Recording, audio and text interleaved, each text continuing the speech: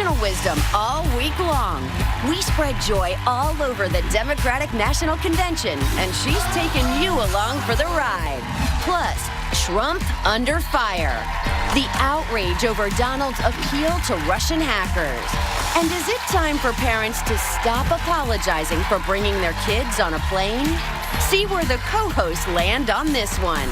Get ready for Hot Topics, because The View starts right now with Whoopi, Joy Behar, Candace Cameron Bure, Raven Simone, and Paula Ferris. Now, let's get things started.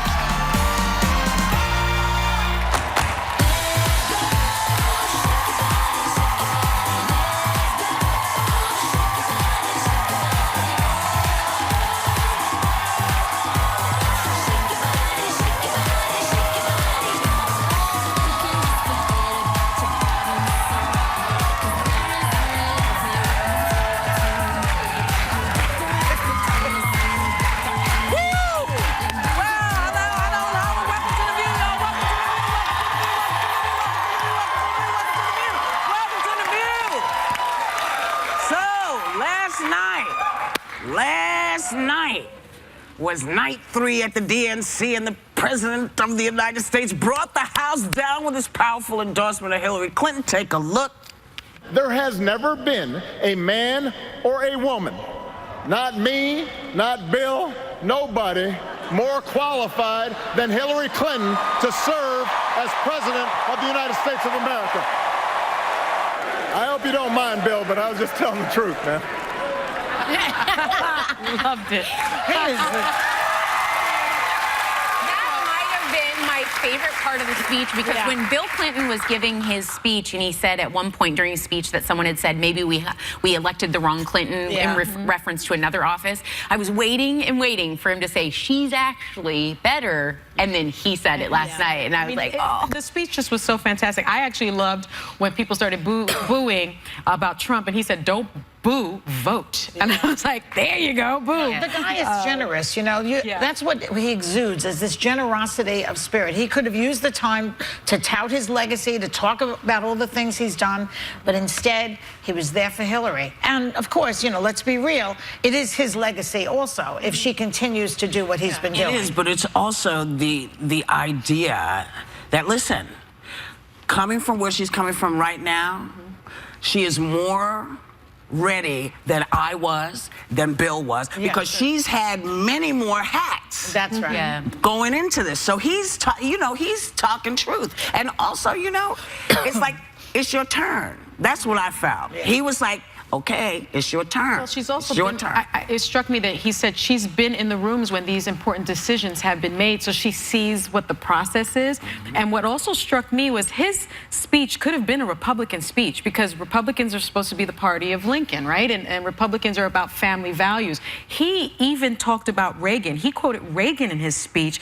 He said, Reagan, who called America a shining city on a hill, Trump calls it a divided crime scene. And then he went on to talk about, I mean, that was part of his speech. And he also went on to talk about values, and that really resonated with me, because I like to think that I'm principled, and I like to think that the values that my parents taught me are the values that I'm teaching my kids. And he said that his grandparents didn't admire braggarts or bullies.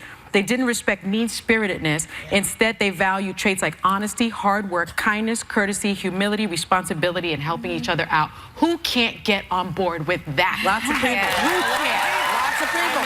Lots of people.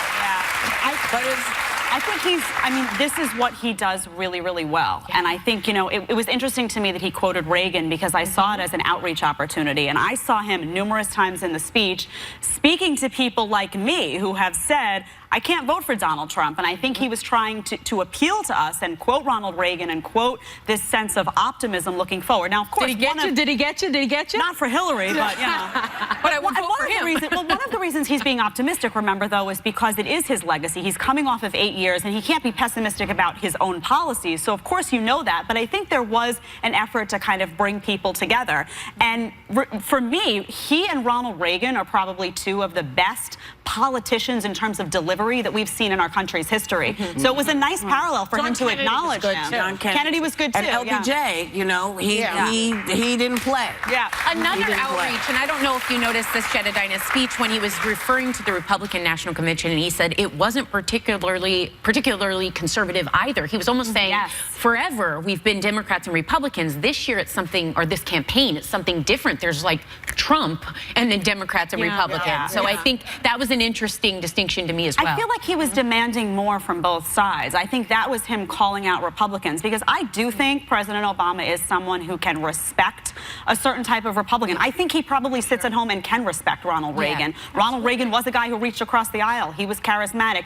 He developed a really strong support base. But I think that he is also someone who will call out in his own party and in the other party when he sees someone who's not being genuine, or someone that's betraying what the message of the party should be. So I appreciated that. Because, you know, it's important that the president remember who we are as a nation, and that we have to reflect that. And, you know, but, you know, look, he did what it took a lot of other people a long time to do. He understood, you know, it's like, look, I know. You know, I ran against her. That's why I put her in, because I know she knows. She knows. Can I say something about that, which is interesting? Sure. To me, at least. I don't know if anyone's read the Team of Rivals by Doris Kearns. She's a wonderful writer, Pulitzer Prize-winning writer and historian. She wrote this book called The Team of Rivals, The Political Genius of Abraham Lincoln. And we know that President Obama loves and admires President Lincoln and his presidency. And what we are seeing, I think, from this president is putting together a team of rivals. He put Hillary Clinton into his cabinet, which is something that Lincoln did. Lincoln put 3 people into his cabinet that ran against him. We saw Joe Biden, who was going to run for president, speak on behalf of Hillary Clinton. So we saw Michael Bloomberg. He never said he was going to run. Joe never said other people wanted him to. Joe never I think said he certainly looked into it. I have to tell you, I think with him going through, you know, having his son, I don't think this was one iota. I mean, I know that he knew people wanted him to, but I don't think he ever thought he was going to be able to do it. But I think that regarding the team of rivals, I do believe that Hillary will use Bernie that way. Yes. Absolutely. She's smart. She will. Well, that's how I mean, but that's how you're supposed to. Exactly. You're supposed to use both sides. Because that's the only way you can make it move forward. And somehow we have forgotten that we're not just one party or the other. We're a conglomeration of parties, and that we all have to do this together. It's kind of kooky, but maybe it'll happen. Who knows? But the president's speech also had very optimistic tone to it. But honey, then New York former mayor by Bloomberg, he just put it right out on the table. He just said what he meant. Go, just check it out. I built a business, and I didn't start it with $1 million check from my father. Trump says he wants to run the nation like he's running his business? God help us. I'm a New Yorker, and I know a con when I see one.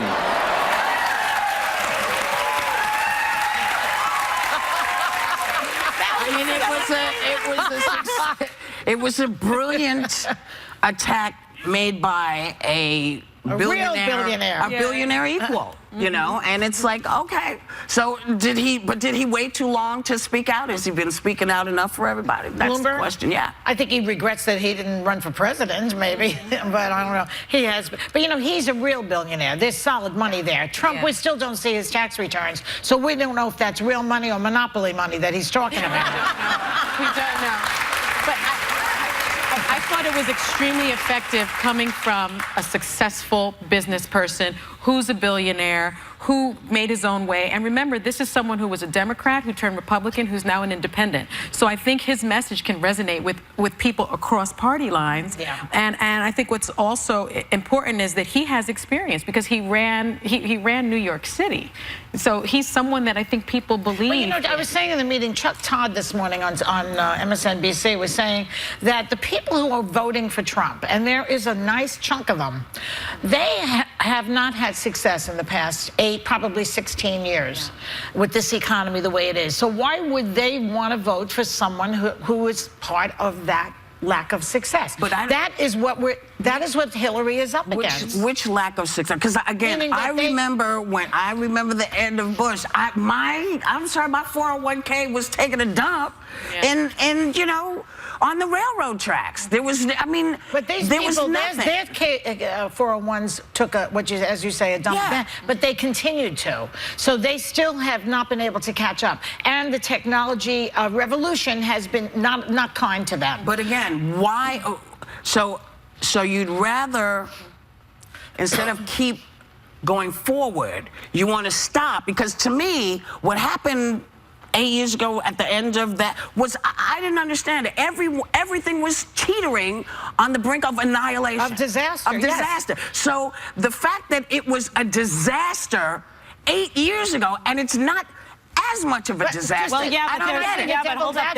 There's a lot of people, though, who saw their health insurance costs rise as a result of Obamacare. There's a lot of people who are discouraged workers, meaning, yeah, you may see the unemployment rate go down, but that number goes down because a lot of people have given up and stopped looking for jobs. But this is not what they're looking at. But what are they looking at? But they're looking at their own lives. No, they're looking at their own wallets. Wait a second. What they're seeing is not Democrats and Republicans. They're seeing Donald Trump. So they know they didn't do well under Bush. They know they didn't do well under Obama. This guy is a nihilist. He's going to blow everything up, and that's what they like. Yeah, that's what they want. They think they're going to make. They think they're going to make billions of dollars. They think they're going to be able to follow his model. He's the wild card that they've been looking for. I just got to say very quickly, Jed is driving me crazy saying that everybody's health insurance is going up. You understand that 20 million Americans now have health insurance and didn't have it before? Like, why do you keep on saying that? No, that doesn't discount the Americans who are looking at their bills and saying, my numbers have gone up. It wasn't just about the 20 million people that are like, thank you, President Obama, I have health insurance now. That's not how it was sold, though. It was sold as better quality of care. It was sold as decreasing costs. It was sold as, yes, more people get insurance. But there are people you can't ignore in this country that have lost jobs and that are in a worse position. They have a voice, too. Those people deserve a voice, too. Everybody, hell, shut up. Pass the potatoes. We'll be right back with more Hot Topics. Democratic All-Stars were jumping for joy at the DNC last night. And she's taking you with her next.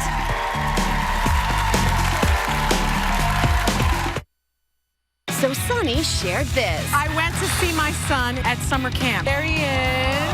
He's so handsome. Yes, he's 13. Did you cry? I did cry. Oh, don't cry, Sonny, because we've got more Hot Topics heading your way. All new tomorrow on The View on ABC.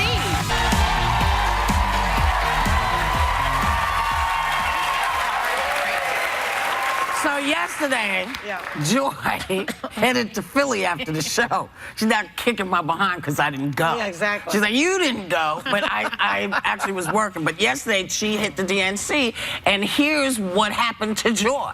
Take a look.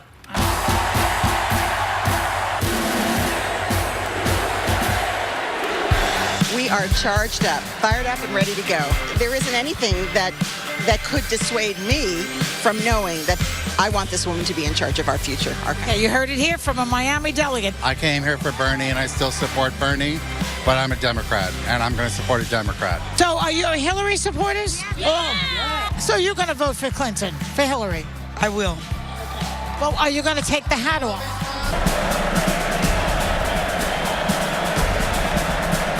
I'm here at on the floor of the Democratic Convention. I believe I'm looking for Barney Frank right now. Give me one word to describe Hillary and then one word to describe Trump.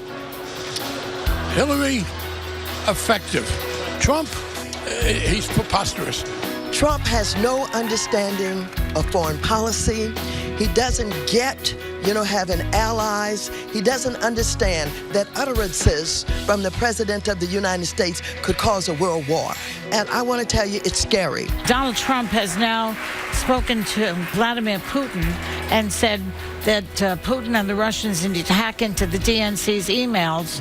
Well, I don't know that he spoke to Putin personally, but he spoke out to Putin in a manner that if a Democrat ever did it, the Republicans would accuse us of treason. The fact is, what he did is a treasonous act.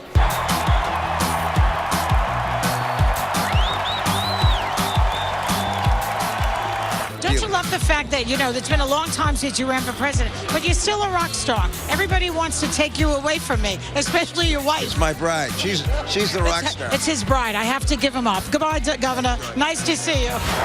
Thank you, thank you, thank you. How about Joe Biden? He's pretty sexy too, I right? love him. He is a sexy man. Yeah. I can't wait for his speech. I'm told he wrote his entire speech on used Crest white stripes. I'm not saying Joe Biden's teeth are incredibly white, but I heard they're voting for Trump. Star Jones, who just spoke at the convention. It was impressive that you spoke. Last night made me cry. The first woman to be running for president for a major party. Hey, Anderson, come here. Lobster rolls they have. Lobster rolls, it's chicken. Do you see how healthy he's eating? I'm trying. Oh, everyone's so good around here. Well, I think Chris Christie's actually vying for a very important position in the Trump administration. Really? Yes. Which is what? Well, some people think Attorney General, but I think he's actually going to be the wall. It's the wall. He's going to be the entire wall. No presidential candidate has refused to release his or her tax returns. And he seems to get away with that. He gets away with that. He gets away with calling people names. What is going to stop this guy? You know, in fairness to your viewers, this seems to be a slanted interview. Yes, it is. Is there something good you would like to say about Trump? This is a tough one. I don't know. Trump was the one that made me get a prenup.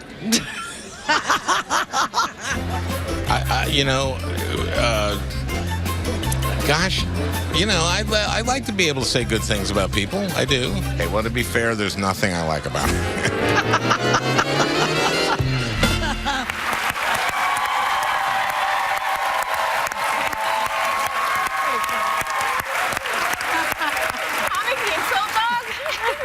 Oh, Triumph the insult dog. Hilarious. He was funny. He's funny. I know. I think we have more tomorrow on that. We have more. I talked to a lot of people. Well, good. You know, Nancy Pelosi was interesting. I think they'll show it tomorrow. I said to her, what's going on? She says, every time Trump opens his mouth, he's saying something to this effect. He's saying to the American people, help me, don't elect me. Basically. Like, I want you to, because I can't do it. Yeah. Because I can't do it, and I need your help to stop me. So he keeps saying crazy stuff over and over again. He's out of control. I mean, yesterday he was under fire for a press conference that he gave where he made this appeal. Russia, if you're listening, I hope you're able to find the 30,000 emails that are missing. I think you will probably be rewarded mightily by our press. Now, people lost their minds over this. Democrats say he's being disloyal to America. People are asking if he committed a crime. Is he someone who should be talked about in terms of treason? Because when they were outing Hillary during the Republican convention, they said, "Oh, arrest her, put her in jail, lock her up." Yeah. Well, done. Get that orange What do you ready, think? baby. What, I mean, Well, it's like what she said in the tapes piece when she said utterances like this on the world stage could cause a world war. Yeah, and I think that's so important is that, when you have this discussion, some people say, oh, it's his style, it's his flair, he was being sarcastic, it was a joke. That is one thing to say. It's already irresponsible, domestically speaking. But when you're on the international stage and you're the most powerful person of the most powerful country, it is so dangerous what could happen. Because he uttered it, and exactly. I think we need to make it clear that on Fox News this morning, Trump said, "Of course, I'm being sarcastic." So he sort of, moved away from it. But I think, he's always joking. Everything he says, then he says he does more jokes than I do. But the bottom line is, if you look at the true definition of treason, or if you look at the true definition of that sort of illegal type of speech, if you say something that could give aid and comfort to the enemy, that is just textbook treason. You know, it's trending. Treasonous Trump is trending right now. But it is one of those things where it's like, listen, man, you endangering a whole bunch of people when you do this. And if you are this loose-lipped, you know, because everybody, what's is that poor man's name? Which one? Manafort? No. You know, there are too many of them. Give us a hint. The speaker. Paul Ryan. Paul Ryan, thank you. Paul Ryan was talking about Hillary not getting the briefs. You know, the security briefs. Oh, yeah, that she shouldn't be allowed, I look at what he's annoyed with her about, and I look at this, and if I was going to hold back giving anybody security information, I have to say it might be treasonous Trump. It might have to be him. Well, Republicans should be, they should be concerned Republicans about should be Everybody they should be outraged because when he's saying something like, oh, they probably have 33,000 emails, I hope they do. That's insanity. The reason I've taken issue with Hillary Clinton and the private server is because heaven forbid Russia should gain access to those emails. And you know, now all of a sudden, they didn't get hers. But now all of a sudden he's saying, well, now, because it's convenient for me that the information might help me, I hope they do. No, Donald, because guess what else might be in there? Stuff that might hurt us. So Republicans, stop defending. That's right. Right? We agree on that finally, Jen, all right? Every now and then we agree on that. We're back together again. But, you know, I think people really need to look at the Trump-Russia ties. Because when you know, in 1987, he went to Moscow to find a site for a luxury hotel. In 1996, he sought to build a condominium complex. In 2005, he signed a one-year deal with the New York Development Company to explore a Trump Tower in Moscow. I think Sarah Palin could see him from her house. And we'll be right back. Coming up, the co-hosts reveal the worst things an ex could say about them.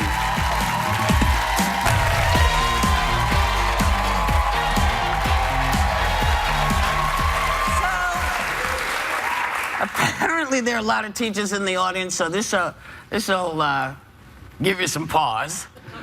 A substitute teacher in Iowa, accused of having sex with a student, says it's the school's fault that it happened.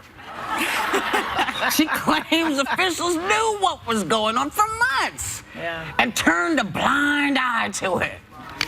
Now, if this is true, does the school share some of the blame here?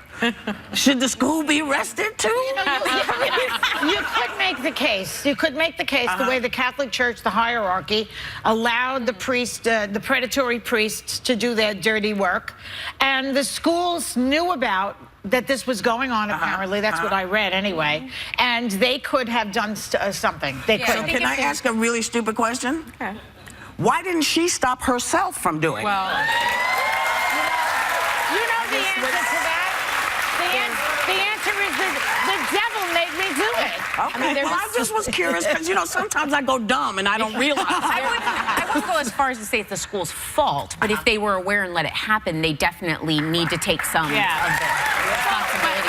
I think that there is something about personal responsibility and accountability when it comes to teacher, you know, this type of behavior with a teacher, because as a parent, you know, we trust our children to be with their teachers all day when they are not with us. And that's a very important, not all night. That's a very important responsibility. But if you look at the stats, about 15% of students will be sexually abused by a member of the school staff during their school year. How many? 15%. 15.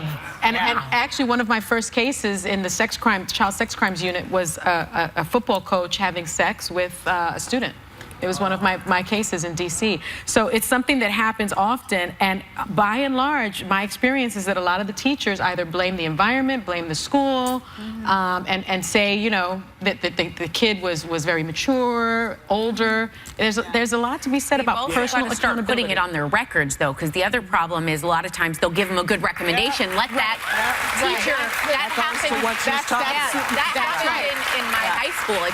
A teacher came, a band teacher, and no one was told why he left his last school, and he ended up abusing a high school student, and we found out later. That is Unforgivable. It's all about protecting the institution. Unforgivable. But even on the college level, you know, when a person is over 18, shouldn't students and teachers have a student-teacher relationship, or do you then matriculate to because you're older and can make better decisions? No, I don't think school usually has a policy about any kind of like indiscretion. Stop looking at me like that. You're right. Didn't you have a little thing with the professor? She did. Come on, fess up. A long time ago, I did. I dated a teacher a long time ago. College. How old was he? Good Lord. Somebody's going to get fired today, and it's not going to be me. I was 18. He was 34. Yeah, and I think that's really inappropriate. I had a professor make a pass at me too. What department was he in? I'm just curious. It's so inappropriate, but I had a professor make a pass at me too, and I was like trying to get some information about an exam, and he was like trying to rub my shoulder. What type of class was it? What do you think I'm trying Okay, great. Was it a good class? It was a fantastic class. I learned so much. But it's inappropriate. Jedediah, was he tall? But you know what? It's different. Inappropriate. Sonny is going to read a statement. I got to read a statement. It's inappropriate to have this kind of relationship with your college professor. Cedar Rapids Community School District says due to a miscommunication with the substitute placement system, the individual in question, this is that teacher, was placed in a substitute teaching position for a short time in an elementary setting at the end of the 2015-16 school year. The district is not aware of any issues the substitute employee had while working in the elementary setting. Providing for the safety of the district students is of paramount importance to the district. So they are denying the fact that they knew that this was going on. Okay? All right. That's a little better. Well, there you go. Told you you'd think it was interesting. We'll be right back.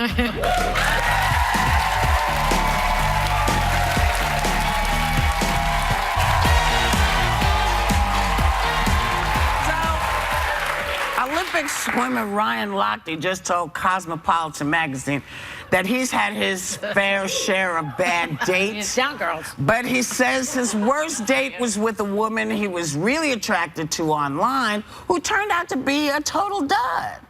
So, is this a shock? Does this happen, or is this we should stop the presses for this? I mean, well, those are his words to call this woman a total dud. Right, but it's one date a minute. Like, he's cute. Maybe she sat down and was like, maybe if they weren't meant to. Maybe they just don't have anything in common. Is it bad for him to say that this date was a dud? No. Do you think? A lot of people think that you can't say that. No. I mean, I like that he was honest about it. I went on a date a year ago, and I had to leave the guy. I mean, I was terrible, but he was so boring, and he was kind and sweet, but he was boring. What did this one teach, Jedediah? We're never gonna let that go. You know we're never gonna let it go. I'll never live it down. But I had to leave. I had to make an exit. And I don't need the hottest guy in the room. In fact, I don't date the hot guy usually. I date the funny guy, the entertaining guy, the guy that's gonna make me laugh. So I think if somebody's a dud, you can say. I mean, if somebody went out with me and they thought I was boring and they said she's a dud, that's your opinion. It's the deserted island guy. If you're stuck on a deserted island, get someone that's gonna make you laugh, tell you stories, fun to hang out with. Get somebody who can dig a hole so you can go to the bathroom. Or climb a tree. But the thing that you need a plumber. The thing that I'm just saying, because you don't want to be stepping in, you know. The thing that was a little odd about the article was that he went out of his way to say that she was an accountant and a dud. So I started to think maybe he's not into smart girls. Yeah. Well, a lot of men don't like smart girls. What does he do exactly? He's an Olympic swimmer. He's a hot Olympic swimmer, and she was a dud accountant. You know, I was just thinking of this thing I read one time about Esther Williams, who was a famous movie star who swam and worked for MGM for years. She's a big star. And Fanny Bryce said about her, wet, she's a star. Dry, she ain't. Maybe that's true. Yeah.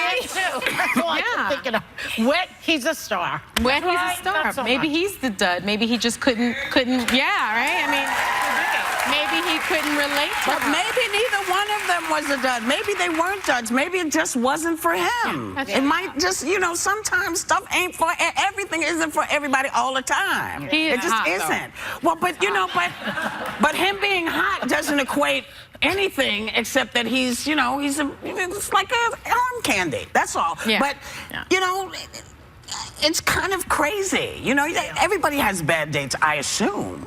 Yeah. It also could have been like she wasn't into him, so she was bored and came off like a dud. It may be. Exactly. I mean, there's a lot of things that go into that. You know, but I don't know. That could be. Yeah. Have you ever had a bad date? You know, I've had so few dates in my life. You're not a dater? I just get married. Skip the middleman. Oddly enough, I used to do the same thing. We'll be right back.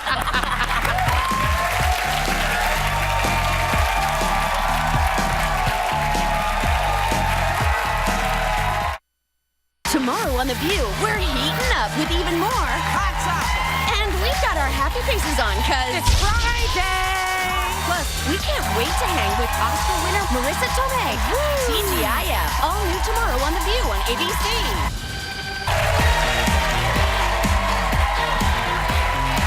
So apparently, some parents have taken to giving out apology goodie bags when they board a plane with a baby. But a blog in The Guardian says it's time for parents to stop saying, I'm sorry for flying with their kids. Babies cry. You have enough to deal with other passengers. Just have to deal with it. I agree, because I used to think that people that handed that stuff out were so sweet, but those are the people that can actually achieve Pinterest-level things, because I have to fly with a baby now, That's and hilarious. the idea of surviving the flight through everything with a baby, that was enough effort. I can't apologize for it, too. But, you know, I don't know. I've always traveled with my children. I think I traveled with Paloma when she was 4 months old. And sometimes kids just lose it and they cry. And you just deal with that. But what I don't like seeing is parents that aren't parenting on the plane. Parents that are going to, you know, like, sometimes you're sitting there and they're like, let him cry it out. I'm like, don't let him cry it out because I've got to listen to it. Like, you can do that at home. Chair and have loud toys. And you just can't. You've got to be a little bit more considerate. Every time the kid kicks me, I always say, I'm never having another baby. I've said that many times. You just have to parent on the plane. I tell you, I'm still waiting to talk to the folks because I believe that if we created Pa Air for parents, where you can have changing tables, where you can have what you need, where babies are crying and it's okay because people are going to have babies, you know, and if you really want to make it sort of equitable and give them a break, the parents, give them an airline. Yeah, and serve wine like from right. I know. I would use that. I would use that. So serve wine up front. Serve wine upon entry. Can I tell you something funny? I don't have kids, but I feel like I have to share my piece. I once traveled with a cat, and the cat meowed for 5.5 hours. What? I mean, it sounded like the cat was dying under my seat for 5.5 hours. I bought everybody a drink. Yeah, so that's my I think parents deserve to have an airline because I feel like you can't change your baby in the airline bathroom. No, that's you can't. You know, you're trying to get everything you need.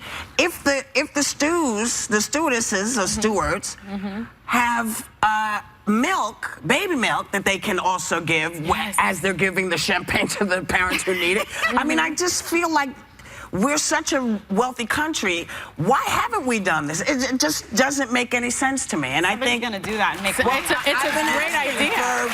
For almost as long as I've been here, I say it every couple of years because I feel like we must help. You know, I'm not having any more. It's a charter. It's basically a charter flight for screaming children. You have two, you have 19 flights that go back and forth. You got, 17 flights that go to Los Angeles, 10 flights that go to Washington. So if you can take 2 of those flights so people know that at 11 a.m. I can grab, that's when I can get my kid on the flight. We can go do what we have to do. I mean, we have enough airplanes. It can be done. Would do it. And if you think about it, 64% of Americans travel with kids that are 18 years or older every year. 64%. I'm sorry, younger. Yeah. That's a good business model, Whoopi. I know, babe. I'm signing up. You know. Yeah. But you should sign up for this. Sign up for this first. It is the final week to compete in the summer season of the View Fantasy Movie League, and it looks like Joy is running away with it right now. This is twice. No, I won last time. I think I won one. No, you haven't. We just done. This is the second one. I won the first one. You're winning this one. She's You're gonna win this one. Guessing, but she's also commanding the top spot in the co-host competition for the 3rd week in a row. Yes. And the overall leader right now is Backseat Directing. So get to the View website. Keep playing. Nothing. You are part of the team.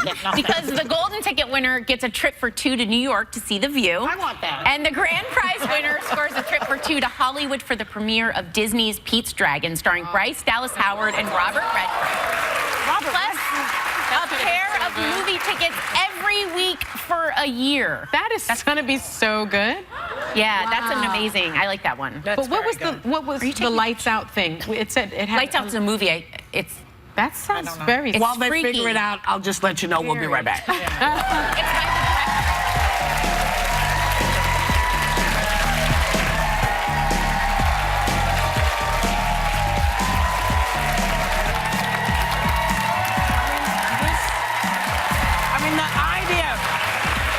We were just having a conversation. A lady asked an interesting question. We're talking about vocational schools, which don't exist in our country anymore. Wow. Do you remember when people could go to a vocational school and learn something? And they were worth something. You know, I remember when I was working for the State Employment Service, and the Navy Yard went out. Right. And I had to counsel these guys who were pipe fitters and plumbers and all of the jobs that you need in the world. These are the ones. To retrain at the Apex school and this school.